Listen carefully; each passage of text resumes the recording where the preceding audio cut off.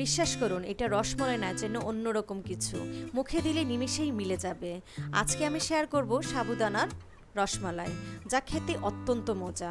প্রথম থেকে শেষ পর্যন্ত দেখার অনুরোধ রইল।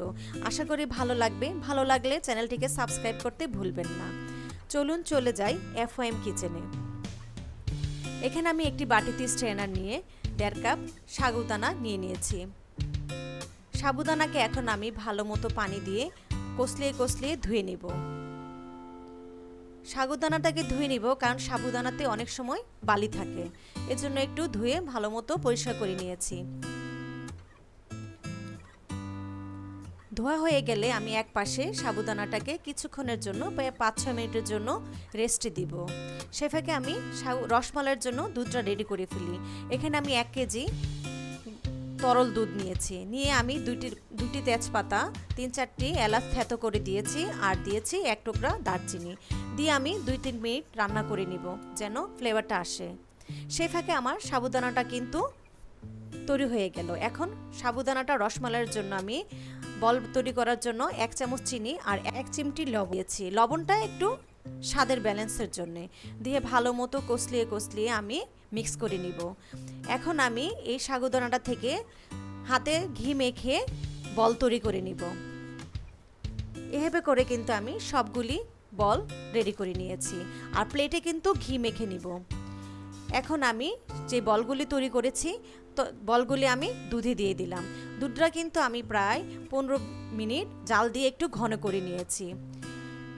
এই 2-3 মিনিট নেড়ে সাবুদানাটা যখন ফুল উঠবে, দেখেন সাবুদানাটা কিন্তু উপর উঠতে শুরু করেছে, আস্তে করে ফুলে যাবে।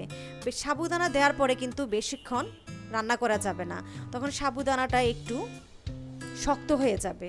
দেখেন সাবুদানার বলগুলি সবগুলো উপরে ভেসে উঠেছে।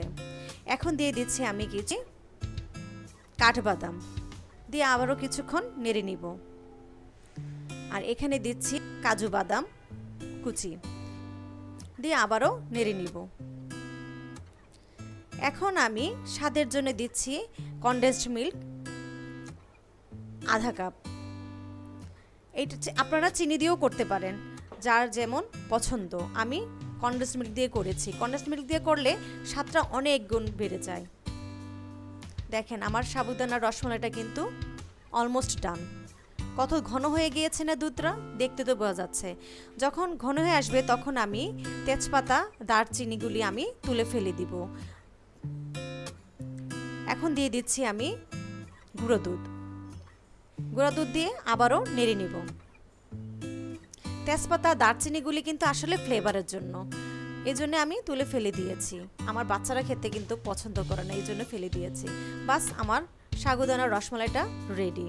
দেখেন কত সুন্দর ঘন, কি দেখতে কত ইয়াম্মি মনে হচ্ছে, তাই না? আমার রেসিপিটা যদি পছন্দ হয়ে থাকে, লাইক, কমেন্ট, সাবস্ক্রাইব করে আমার পাশেই থাকবেন। কেমন হয়েছে বলুন তো? আর এটা খুব সহজেই ইজিভাবেই ঘরে তৈরি করে ফেলতে পারবেন। যদি থাকে একটু সাবুদানা, আমার মনে হয় সাবুদানা সবার বাসায় কম বেশি থাকে, আর সাবুদানাটা কিন্তু হেলথের জন্য খুবই ভালো। ভালো থাকবেন, সুস্থ থাকবেন। আসসালামু আলাইকুম।